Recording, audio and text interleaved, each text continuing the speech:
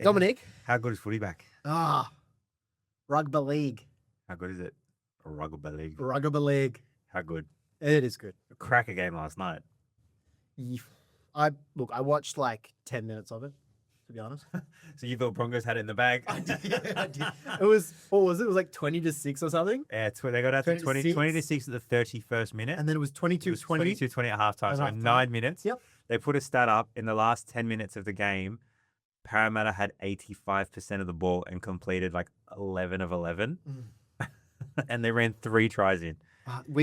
Look, I'm not going to call it out because he may never come on the show anyway, but if Jacob had been on today, like, I don't know, man, like, how's your heart rate?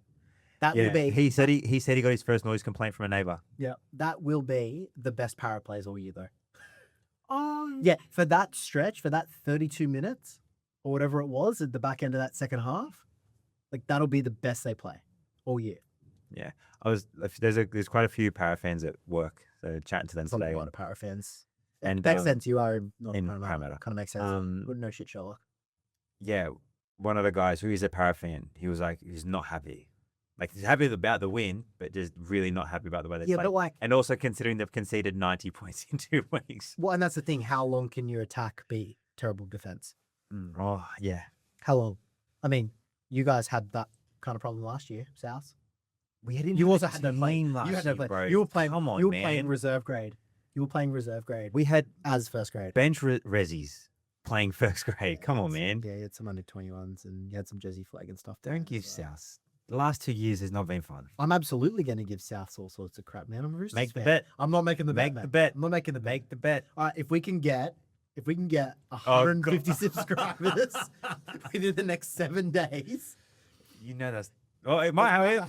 If anyone that wants to see Josh in a South jersey, hey, if we get 150 subscribers, you wear a South jersey regardless of the result tonight. All right?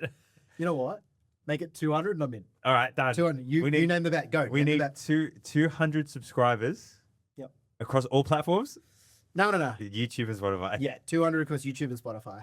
And you wear a South jersey on our next podcast. Yeah. Hectic. Yeah. It's not going to happen. It's probably I don't not think there's gonna that happen. many people. I just, hey, You're going to be calling bro, in favors to everybody. I'm going to be on walking family. around in the gym and be like, hey, do you have YouTube on your phone? Can you please just go on and please subscribe to my thing? Just every single person in the gym is going to be asked, like, please subscribe, because You're not actually going to coach anyone next week? No. You're going to be standing at reception. bro, Everyone who tags in. part of my coaching is you have to subscribe to That's Dom the- and Josh show. Oh, is that Please do. the client contract? Yeah. Final term. By signing this document, you agree to subscribe to the Dom and Josh show. Yep. That's And unfortunate for your clients. Josh has to. Wear a South jersey. So if we get 200 subscribers, Yep. by literally 7 days from when, no, we can't do that. Why not? This isn't going to come out for a while. Yeah. So So- we can just do this one first. Okay, we'll do this one first. We'll do this one first. Alright. 200 subscribers from 7 days from posting. You can't go prospecting for subscribers Why not? until I you have post an it. extra week. No, I have an extra no, week. you Okay. cannot do that. Otherwise, I double fine. the number. Fine. No, from the day of posting, you got 7 days, and we're gonna track it. If we get 200 in that week, I'll wear a South jersey. 200 new ones, or 200. or we have to be at 200 total. No, 200 new 200 ones. new ones. All right. 200 new ones. Okay. All right. So it doesn't actually incentivize you to start now. Okay. So it's That's fair. That's 200 actually fair. new subscribers in 7 days. All right. Well, Josh, off the back of that, you That know what we're was- talking about today? And we're talking about technique. Technique. We're talking about intent. Yep. And we're talking about ego and specializing. I like it. So let's talk about technique and intent first. Textbook technique versus real world technique. Oh, big fan of real world technique. Way bigger fan. Very big fan of real world technique. Because textbook technique is on a 2D piece of paper. Yeah. 9 times out of 10. Like, all right, like since COVID and, you know, we've got a lot of digital courses floating around and much more accessible courses these days. But particularly like you have textbooks and research papers, and you've got little stick figure drawings, and we used to call it uni sagittal Steve. Yeah. Side on Sagittal little Steve. sagittal Steve. Yeah. Which shows you one plane of motion. And we've got so many different planes of motion that the body moves in, even for something as simple as a squat. You know? Oh, let's go on squats. Let's not go on squats. Let's Okay, fine. please, Go on squats then. please. Go. What do you want to do? Go. Oh, it's just like being in the gym for so long and taking hundreds of people Mm. through the squat pattern in general. And it's like you have a general rule of thumb of where to start them, Mhm. but then you watch how they move and then you adjust based on their movement. Mm. Because, yeah, so you are a physio, you deal with people's anatomy all the time. Mm. They're all different. Yep. Like, even to the point of getting someone with textbook anatomy would be rare. Am I wrong?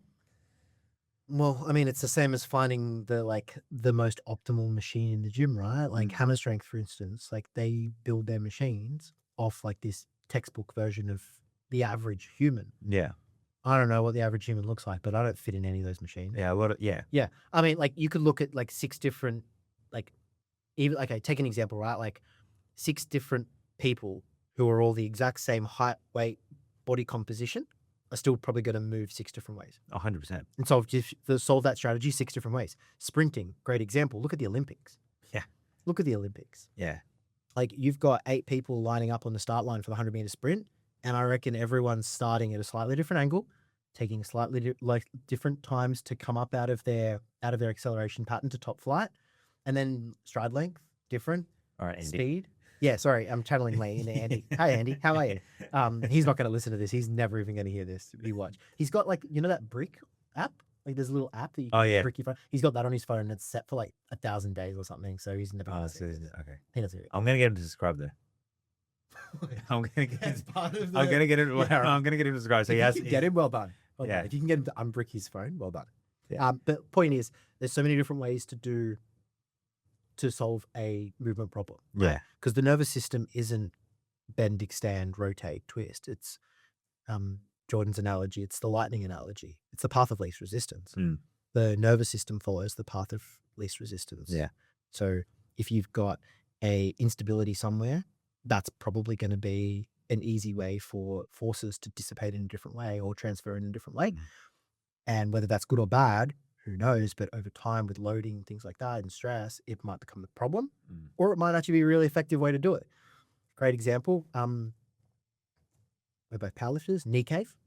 Yeah. Knee caved in a squat. You wanted to go in on squatting. Let's go in on squatting. Well, my thing with squatting first and foremost is when teaching somebody the squat, it's like, okay, where do you start? Well, my thing is feet slightly wider than shoulder width. Yep. Toes slightly turned out. Go. Yes. Sit And, down, and that's stand what up. I mean. Sit Like down, I stand up. start at that point and then I'm watching what is happening to the torso angle, what's happening to the hips, where are the knees going, what are the feet doing? Like when with the feet, it's like, are the feet sliding and turning out? Are they rolling into the balls of their foot? Are they coming onto their toes? Are their toes coming off the ground? Yep. And I don't give them too much to worry about. And then from there, then I can then go, okay, what is going on? What Yep.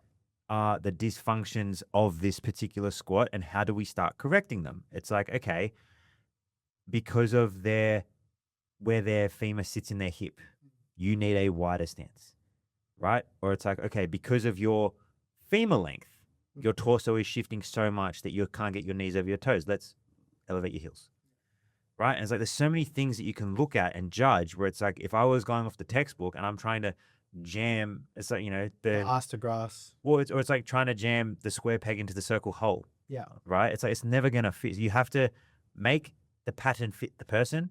Don't make the person fit the pattern kind of thing, right? And we've both been in powerlifting competitions. Every single person that gets up to squat looks different. Yep. But they all doing the thing, and a lot of them are strong. At Right. a certain point, your primary objective is maximizing output, Yeah. right? Whether that's a 1RM on a platform for a power lifter, or whether that's optimizing for output in your ability to reach proximity to failure, you know, or like your training intensities. You have to do that. Obviously, there's asterisks to that of like, don't be a dickhead and be Yeah. relatively safe with it. And, you know, we're not doing the Hunchback of Notre Dame deadlifts anymore, Yeah. or anything like that. But like, you still need guidelines around that, but you're going to have to maximize for it. So if your ideal barbell back squat has your feet a little wider, a little more turned out, so long as you're stable and you're able to produce force in that, Yeah. go for it. Like you're not going, otherwise, like if you're trying to do like the perfect, like, you know, knees of feet underneath your hips and whatever else, and the furthest you can get is a quarter squat.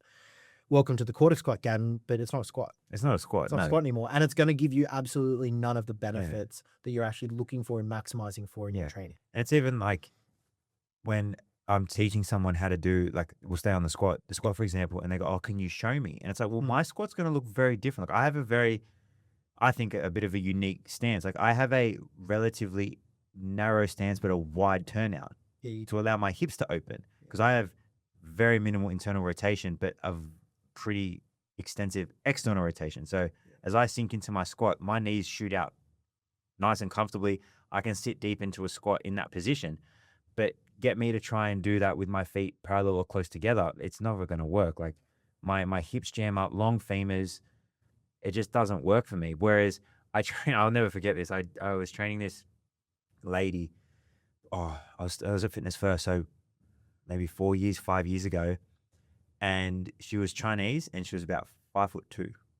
I got her into that squat position and said squat, and it was like boom, it was perfect. I was like, I don't need to change a thing. Here's some weight, Yeah. right? And it was like she just was built perfectly for squatting, right? And it's like I don't need to change anything on that. But then I've also trained a 6'5" South African former rugby prop, or second row, I think he was, Who can't squat? right? Who, like, the squat was almost like, I don't even think this is a worthwhile movement for you, because his body was just so big, and he was in his 40s at the time, so he was very tight, and it's like, it's a waste of time. Like, really, like, It's just Bulgarian split squat. we can do so many more beneficial movements than just the squat. Yeah. And then, like, coming from the PT lens as well, there's a time and place to put somebody into the pattern, but you have to know how to regress it if they can't do it, Yeah. and know how to fix the issues. And I've seen too many PTs get so caught up and it's like, oh, the squat's such a good movement, we need to do it. And they just try and jam the person into a position that they can't get into. They do no work to correct the way their body moves. And the intent is right. Like, they're trying to get the best for their client, but you're not training a robot. Yeah. The issue I have with that is that we're trying, in optimizing for technique in that way, you're actually reducing the resilience of the person that you're working with, because then you're teaching them you're teaching their brain and their motor pathways that's the only way to move. Yeah. You're not giving them any variability or any ability to problem solve, Yeah. because you're putting so many constraints on them. Like, I take like a leg press, for instance, right? Great movement if you just have someone who physically just can't do anything else, right? Mm. But if that's as far as you're willing to progress your client, like, you're probably not actually preparing them for much. Mm. Like, it probably does have a runway where, okay, we need to squat at some point. Yeah. Well, and like, tell me what you think of this when you hear people come in that might have like a knee issue or like a hip issue or something, and it's like, oh, my doctor said never to squat. Yeah. And it's like, how do you get to the toilet? How do you get into a chair? Like, Yeah. how do you get in and out of the car? Like, there's squat patterns Yeah. that you wouldn't just naturally think, oh, that's a squat. But it's like, you've been told never to squat. I guess it depends on why they've been told never to squat. Firstly, like, I will take a grain of salt to it and go, all right, like, and give them the benefit of the doubt. Because they've got severe Why? knee pain, or Yeah. they've got really bad hip pain, and it hurts when they do the movement. Yeah, I don't care about that. You know what I mean? But I that don't like, care about that. that could be the reason. Or maybe they've had a knee reconstruction, and it's like, I don't want you squatting. Yeah. Because you've had a knee reco. Yeah, shouldn't say this, but I have kind of ignored one surgeon once with one knee. I was like, that's just dumb. I'm not going to out myself any further than that. Yeah, fair but enough. that client wanted to get back to very, very active things, and did, and still is. I had a client that was a very high level softball player, and she ended up doing a lot of damage to her knee from the repetitive, like, sliding into base and Yeah. the rotation on that leg when hitting. Yeah. And she ended up having to have some knee. So it wasn't a knee replacement, maybe a Rico. Yeah. Maybe she's had everything cleaned up in that. And one of her things was never to squat. We got her powerlifting. You know what I mean? And she went to comp and she squatted and she deadlifts and everything, but it just took a long time Mhm. to get around what had happened with the surgery, changing the mentality, and it was using different movements beforehand to strengthen up stability in the hip, strengthen the quads, strengthen the hamstring, get the calf working properly, increase her ankle mobility so she could actually get her knees forward, increase the tolerance in how much she could actually bend her knee. Yep.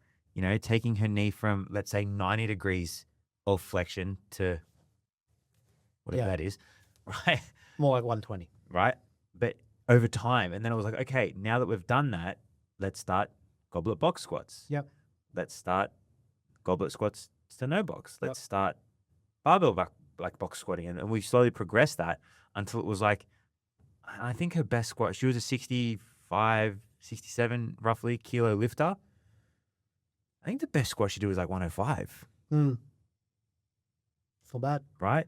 And Considering the injury history where she's been told never to squat, right? pretty damn good. But it was like, it just took a long, long, long time to get her there, Sure.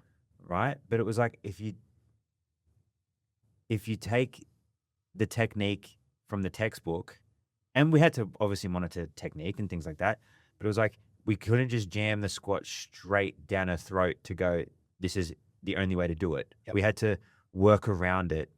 Like you said before, create the stimulus, prove that she's not fragile. Yeah.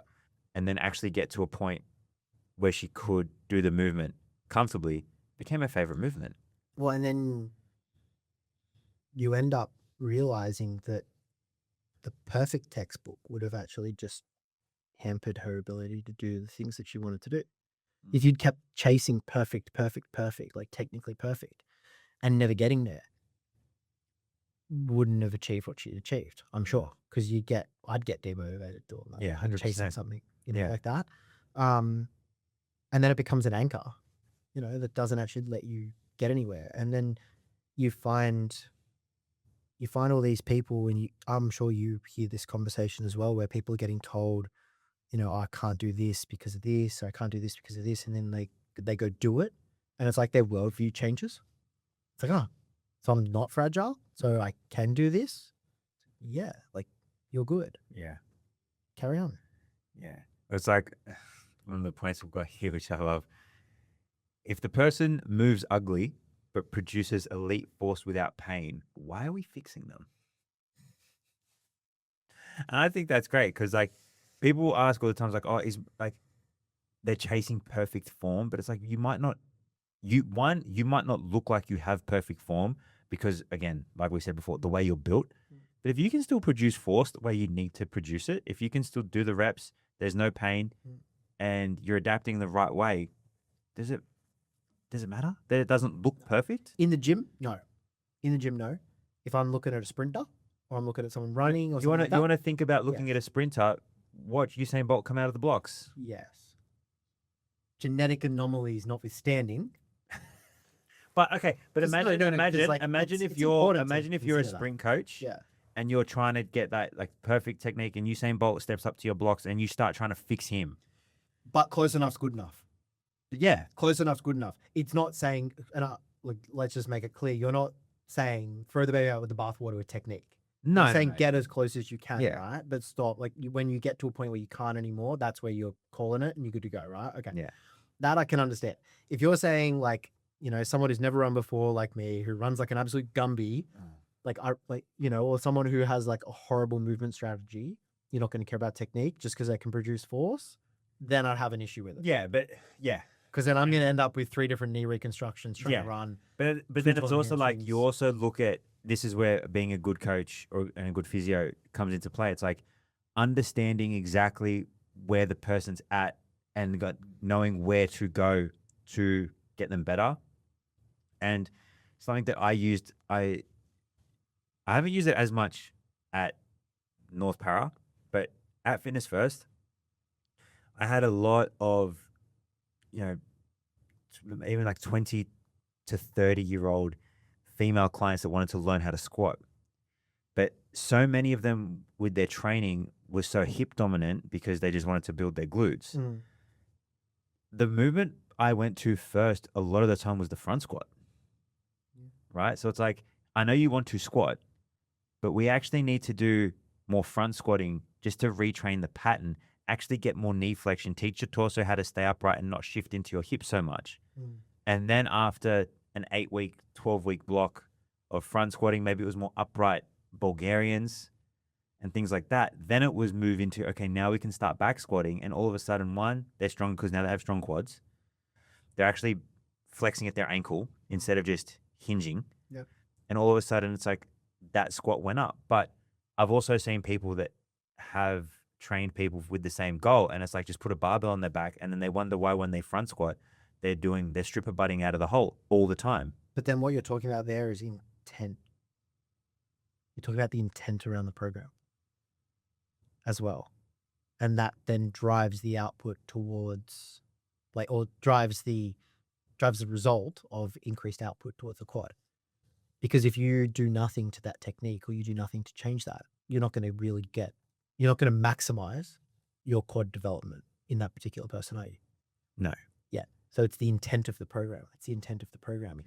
Yeah. That is But understanding why, changing technique. understanding why their technique is doing that thing. Correct. Because it ingrained a movement pattern that is more a hip dominant strategy rather than a quad dominant strategy. Yeah. Now, not everyone's going to be able to do that either. So then what if you get someone who can't do that, who can't change that strategy, like because of their anatomy or because of their knee structure or maybe their injury history? I actually have a client like that. Dude? Yeah. And what are you doing about it? She doesn't listen to me. Fantastic. Okay, carry on. And if she listens to this, she knows exactly who she is. I've been trying to. I'm going to blindly say, listen to your coach. Yeah. No, like she obviously has her goals, but it's also what does she really enjoy? Right. And it's like, I can try to get her to do what I want her to do to kind of what I think will fix the problem. But it's also like, she just enjoys training too much and she just works around it. And she complains, but doesn't complain. Like she says it hurts, but she's just like, oh, well. Okay. But if she does listen to this, she knows who she is. No idea who this is, but is that a thing that you can actually address? May I send her to see you? No, not interested. Not interested. Not interested. You don't want to fix someone's knees? No. No?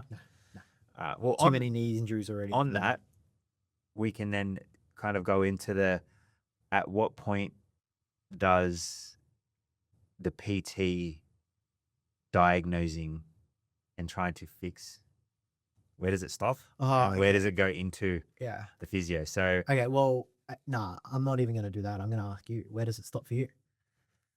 Because you're the PT. look, I can't diagnose. Mm-hmm. So it stops right there. It's like if someone comes to me and they say, "Oh, I've got this injury," my first like line to them is, "This is what I think can help, Mm-hmm. and if this doesn't help, this is the number for Proform. Go see the boys." I Right? see Chris because he's up the road. Right? But yeah, it's like I've had enough injuries myself. I've dealt with enough physios myself. I've got friends that are physios and I like to chat to them about these kind of things. I will drag you across the gym to diagnose a client mid-set. Diagnose a dude's shoulder. Right. Yep. So I know to do that. Yeah. But it's like I can guess. And look, I've had multiple times where I've had clients, they're like, "Oh, I'm thinking of seeing a physio because this is my problem." And I say, "Look, this is what I think could help. These exercises, this blah, blah, I think it could be this muscle causing impact, blah, blah, blah." They go to the physio. The physio says the exact same thing I did. Yeah. Right? And that doesn't mean I'm going to diagnose every person that comes in. Just means in that moment. Right? It's like I knew, Yeah. I've seen those symptoms Mm. multiple times, and it's like, this is what I think can help. But I cannot diagnose and say, "Oh, you've got XYZ injury or you've got XYZ impingement, and this is the thing that's going to help you." No way. Well, I think, and that's okay. So there's a couple of different things here, right? Like PTs diagnosing injuries is almost as bad as physio strengthening with pink dumbbells. Almost. Only difference is that one does no good, one probably does a little bit of harm. Yeah. Like PTs diagnosing probably does a little bit more harm. It could do more harm, especially if your diagnosis is completely wrong and Yeah. then what you're giving the person. Oh, makes- your back muscles are just a little sore today. Next minute, poof goes a disc. Or like, "Oh, you just need to do more strengthening," and then Yeah. tear. Something. Yeah, 100%. That's probably a worse way to go about it. But at the same time, like you mentioned, like the PT that hears that there's a problem and says, "I don't know," go see someone. Way better. And even though, like, as a client, you're probably a little bit bummed because you're paying this person. Them saying, "I don't know," go see someone, or here's the number to, for you, Proform, like literally 150 meters up the road at North Rocks. is the best thing you can do, 100%. because then there's somebody who's got a whole bunch of insurance that covers them to make a wrong decision if they do, Yeah. and they actually, get a clear diagnosis. It's also what you studied. Yes, I didn't study for this. 7 years. Like, Yeah. no. Again, I've been in the industry for long enough and I've spoken to enough people and I've hurt myself enough times Yep. to kind of know or have an idea, not even to say I know, Yeah. to have an idea of what might work. But at the end of the But at day, the end of the day, I don't know. yeah, you don't. And look, not to knock on you or physios or chiros or anything, but sometimes you guys don't know, but you have more knowledge that if it's not the first thing you said, I have an idea of what it could be the second, or I have an idea of what it could be the third. You know what I mean? Yep. Or sometimes, and I said this today, it's like, I don't know what to do. I don't know what to do. Yeah. Sports doctor. Yeah. But again, what you do as a PT by referring to a physio or referring to other forms of primary healthcare is open up referral pathways, Yeah. like medical referral pathways. You can't refer to a sports doc because the sports No. doctor's going to look at you and go, who the hell are you? Yeah. Firstly, and it's going to cost a bomb. I can't refer him, save you money, but there's pathways that I then have access to that Yeah. you wouldn't. But there's even a physio who tells you 100% certainty every single time, like, no, this is the only thing it could be, and then you still don't get better. Like, they're doing you a lot. That's a big harm too. Yeah. Yeah. And that's a different topic, different Yeah. podcast. But what happens, right, is that then you've got this tug of war between diagnosis and management, Mm. right? Where a good physio should be able to do both. A good PT should be able to manage well in Yeah. conjunction with a physio. Again, like you mentioned, there's no scope of practice anywhere that I'm aware of for a PT to diagnose an injury. No. Anywhere. Can I just say, Yes. I have had clients that have gone to physios and then I've gotten like the diagnosis from the physio. And done a better job of rehabbing. No. It's not that. It's like, are you just trying to flex on the big words that you know? The big syllables. You know what I mean? It's like, Yes. and look, I can read it for the most part. There are some times where I've gotten a diagnosis like I need to like Run this through the sit chat. down Run and this like through the chat. actually read this properly, and like I might need to pull up like my anatomy Yeah. my anatomy app again and go like, oh, what are they talking? Like, what's that? Yeah. The name of that muscle? Like, and it's like, I get you went to uni for 7 years. You've got a full degree. I did my certificate in 9 weeks. Like, I get that. But like, dumb it down a bit, please. Like, I don't know if you do that. Like, I talk to you in the gym. So if I've ever sent someone to you and you've given them the diagnosis, like, you tell me straight exactly what I need to do, Yep. which is easy. But it's like, I have had where I've read the reports from the physios and it's like, they're writing it like a doctor. And it's like, Yeah. like, There's a time and a place, right? yeah. Like, I'll still, even with you, like, I'll still give you the, like, all right, if it's a structure, right? If there's an actual, like, clinical diagnosis around it, I'll still give you the clinical diagnosis. Then I'll tell you what that actually Yeah, means it's like in, like, day-to-day in life. PT English, please. Yeah, in like, in Dominic English, or just in Done. general. in general English, but even- because here's the thing, right? The general in the general English might be enough context for you to go, oh yeah, I've heard of that before, or oh, yeah, I've heard this from I some know other where I client. can go from this. Or I can Google search that one, see what like you've got like in terms of detail. I try to give you as much detail with that as I can. But then also like the key step there is here's the plan on how we're going to manage this together, right? Or here's the plan on how we're going to fix this. I'm very lucky that I don't have too many of your clients on my treatment table at any point. I just have you, which is great. Yeah. But you're enough of a headache. Yeah. But like in that building that plan out, you end up having this thing where PTs and physios start having this game of tug of war, and it doesn't need to be a game of tug of war. No. Especially over most of the time, like the gym is a very profoundly safe environment. Mm. Like your aches and pains probably aren't that bad. So like probably sometimes like they shouldn't be long-term kind of things, or long-term issues or things that get worse. Yeah. Like I've had a particular client that they see their own physio, and the physio has actually looked over the program for my client and gone, a lot of really, really good things in here. Just for the time being, can you change this, this, and this for this, this, and this? And I'm like, yes, And I can do that. I've done that for you, bro. Right? And it's like, I've done that. sure. And then a month later, they're back in the physio seeing their physio and go, oh, the progressions have been really good. You can reintroduce those things. I think I did something very similar when I treated Jules a couple Yeah. of years ago. Right? And it's like, that is awesome. Mm. Like the communication back and forth between me and the physio, like I'm waiting to see what the diagnosis is and what their opinion on how to correct the issue is. Yep. Sweet. I follow that advice. Like the rest of the program is still mine. Mm. We're not battling to see who knows more and who can help this person more. It's like we're working together. We're a team helping the person achieve their It's goals. the old like handshake meme. Right. Yeah. But like again, I've also I heard of stories when, you know, a client will go to the physio and the physio, oh, PT doesn't know what they're talking about. Or I've heard PT say, oh, don't worry about sending it to a physio. Like they're just going to get you to stop training. Or massage you for a couple of weeks. Right, it's Massage like, you newly, and then all of a sudden it'll be better. But I think that you're raising a point, right? Like that comes down to ego. That's just ego. Like the client ends up getting caught in the middle of it. But it's Yeah. an ego tug of war.